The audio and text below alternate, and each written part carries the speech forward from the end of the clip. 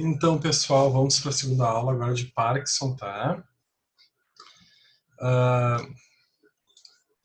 Então, vamos começar. Síndrome de Parkinson, então, ela se manifesta obrigatoriamente, tá? É uma doença neurodegenerativa que se manifesta por um tremor em repouso, tá? O que é esse tremor em repouso? É quando a pessoa tem um tremor não voluntário. A pessoa não está querendo mexer a sua cabeça, suas pernas ou seus membros superiores aos braços, mãos. Não quer mexer, mas ele apresenta um tremor, né? Ou o que a gente chama de bradicinesia. O que é bradicinesia? Né? É um movimento não com tremor, mas lentificado. A pessoa, tu pede para levantar a mão, a pessoa começa a levantar bem devagar a mão. Pede para a pessoa te alcançar uma xícara, ele vai bem. Parece que tá, sabe, em slow motion? Sabe aqueles vídeos do WhatsApp quando a pessoa grava e vai bem devagar? É isso aí, tá? Bradicinesia é um movimento lentificado. Então pode se manifestar por um tremor em repouso ou por esse movimento lentificado, tá? Acrescido de pelo menos mais um dos seguintes sintomas que eu vou falar para vocês agora: rigidez muscular, né? Que a pessoa tem uma dificuldade para mexer, né, na flexibilidade dos seus músculos, né? Postura flexionada levemente para frente, tá? Bem como está aparecendo ali na foto, ali atrás, tá? E alteração dos reflexos posturais e bloqueio motor.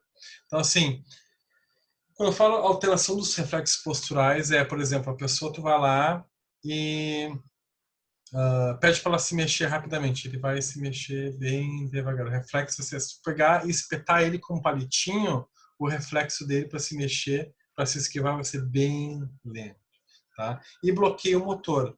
Às vezes a pessoa não vai ter dificuldade para mexer um membro, né? Seja as pernas ou os braços, ou piscar um olho, enfim, vai ter dificuldade nessa via motora. Tá? E isso que a gente está vendo aqui no início, como rigidez muscular e postura flexionada para frente, vocês vão encontrar na literatura como ataxia, tá? Que faz a pessoa ficar rígida, com os braços levemente para frente e a cabeça inclinada para frente, tá? Ao caminhar. Eu vou pular aqui um template para mostrar o seguinte, ó.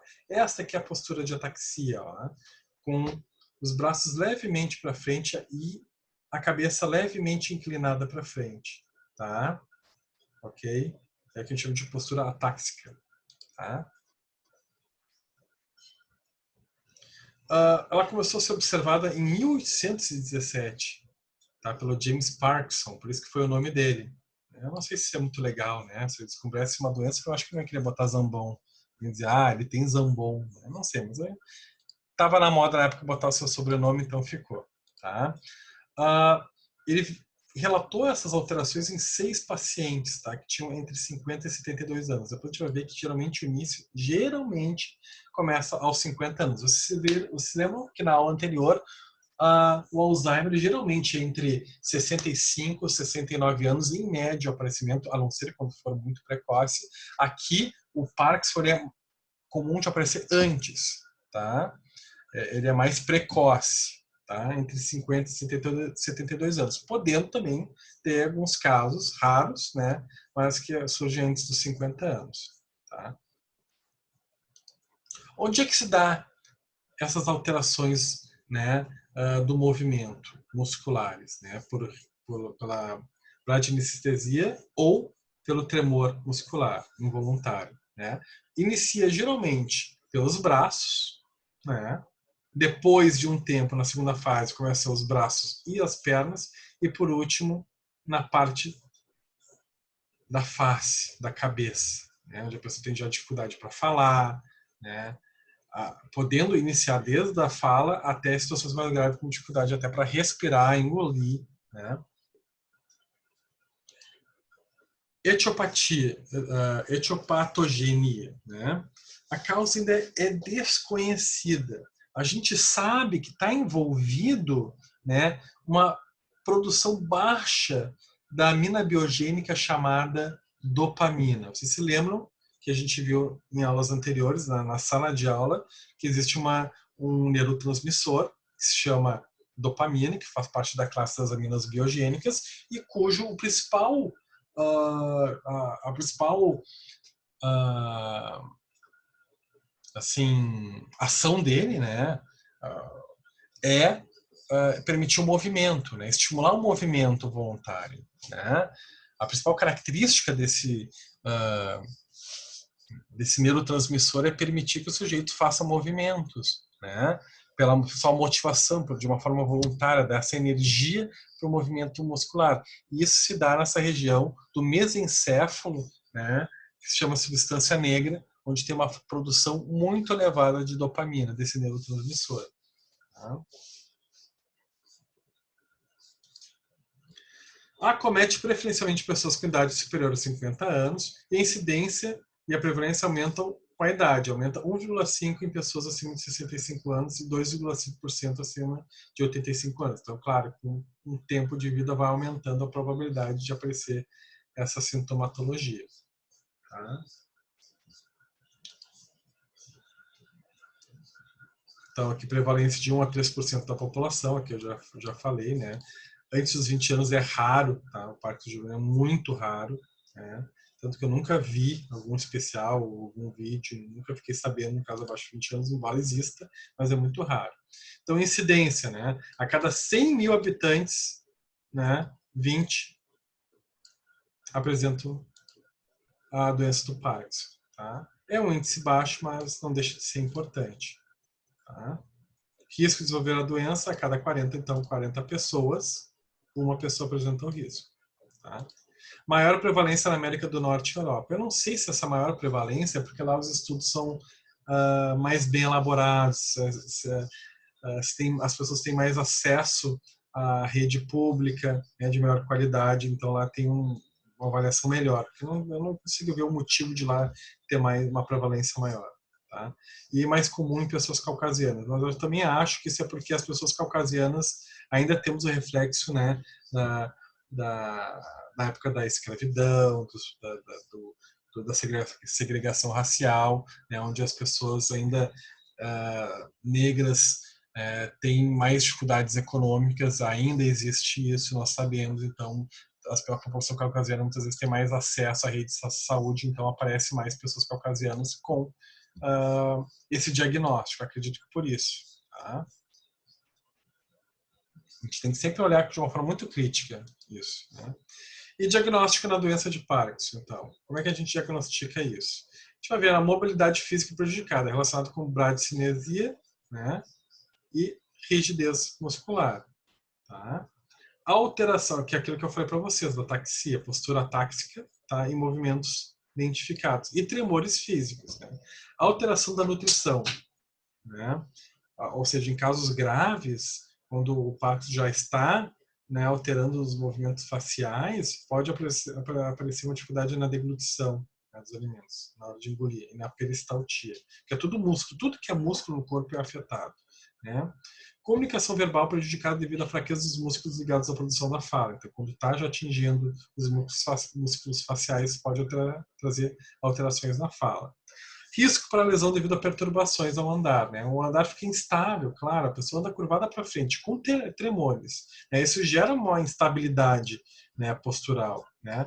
Gera fraqueza também, porque o músculo fica instável, ele fica tremendo. A pessoa não tem estabilidade para segurar uma caneca. Né? A pessoa não consegue ter força para apertar. Né? E muitas vezes nem força para se manter de pé. Né? Então, além da fraqueza, há esse descontrole dos movimentos. E, bom, se a gente for pensar que a atividade esfincteriana está relacionada também a músculos, né, a pessoa vai ter problemas na retenção urinária, né, a pessoa vai ter problema de incontinência. Tá? Possibilidade de infecção respiratória, por quê? Porque quando a gente tosse, a gente está estimulando a desobstrução das vias aéreas através do impulso muscular no peito. Né? A gente fala assim, a gente está fazendo um movimento muscular de força para mandar, para desobstruir as vias aéreas. Se a pessoa não consegue fazer isso, aumenta a probabilidade de ter doenças de vias aéreas. Tá? Tristeza crônica, aqui fala, né, claro, na apresentação que é relativa à natureza da doença, claro, uma pessoa que está tendo tremores, não consegue mais realizar suas atividades sozinho, não consegue ter mais muitas vezes nem ficar de pé, nem engolir, né? Bom, isso gera um problema de autoestima, né? Um problema relacionado a crenças relacionadas à própria capacidade. Então, isso pode gerar depressão, né, pelo estado clínico do paciente, que não tem cura. Mas, ao mesmo tempo, se a gente for entender que o Parkinson é uma doença neurodegenerativa que está relacionada com a diminuição da fabricação de um neurotransmissor, né, da mina biogênica, que é a dopamina é um dos neurotransmissores que geram bem-estar. Né? Então, pela própria neurogênese dessa patologia, pela diminuição da dopamina, a gente também pode entender que isso pode ser um fator que aumenta a tristeza, né? Porque a deficiência desse neurotransmissor, assim como a deficiência da serotonina, pode gerar estados, né, de depressão química no cérebro. Né? Também associado a cefaleia e espasmos musculares, tá? São quadros também associados clássicos. Aqui tem um quadro em inglês que eu resolvi deixar para vocês, em inglês, perdão, em alemão, que eu não vou trazer a tradução para vocês, mas eu vou explicar. São coisas que a gente observa muito comum nos pacientes. Aqui está a postura táxica, levemente curvado para frente, com as mãos para frente, e a rigidez postural. Eles geralmente têm sempre uma mesma face, estão sempre com a mesma expressão facial, tá? É muito comum a mesma expressão, geralmente assim, sérios, né? Que muitos chamam hoje em dia nos memes de poker face, né? É uma expressão facial que não expressa nada, tá? Devido já aos problemas musculares faciais. A pessoa tem problemas na motricidade fina, que pode se refletir em atividades diárias, como botar um plug em algum aparelho, ou na sua escrita, a pessoa começa a não conseguir mais escrever. Tá? Então, isso aqui são quadros clássicos, muito comuns, que a gente encontra em pacientes com esse tipo de doença neurodegenerativa. Tá? E planos de cuidados. Né? O que a gente pode fazer? Bom, vou começar com um plano de cuidados relacionado ao Parkinson e na próxima aula a gente já vai começar a ver os planos de cuidados com os pacientes com Alzheimer. Bom, a gente pode auxiliar o paciente a conseguir ter uma postura adequada ao caminhar ou diminuir a marcha táxica do paciente. Como?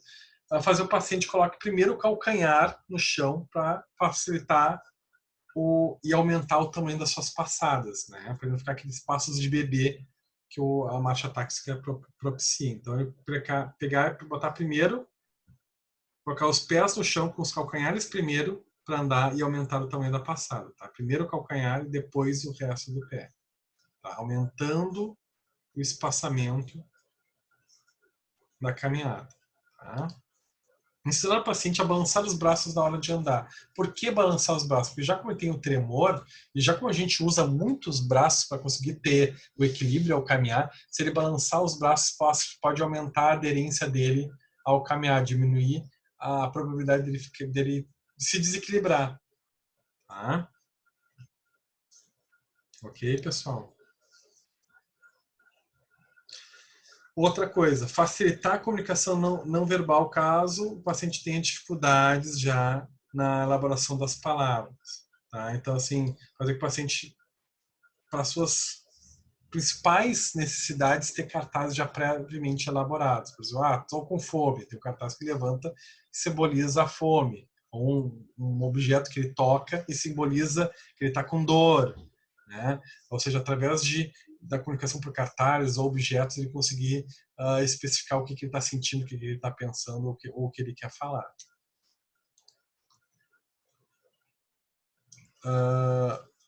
Orientar para utilizar utensílios que sejam fáceis de manuseio e que não gerem riscos para o paciente, não manusear faca, facões, objetos pontiagudos. Né? Ajudar, né, estimular no cuidado, né, da sua própria higienização ou botar um cuidador que auxilie nesse processo e terapia cognitivo-comportamental para depressão, né, com possibilidade de uso de psicofármacos. Por quê? Porque muitas pessoas que têm esses quadros apresentam depressão associada. É muito comum a depressão associada ao Parkinson. Tá? Ok, pessoal? Um abraço a todos. Aqui algumas personalidades que tiveram, né?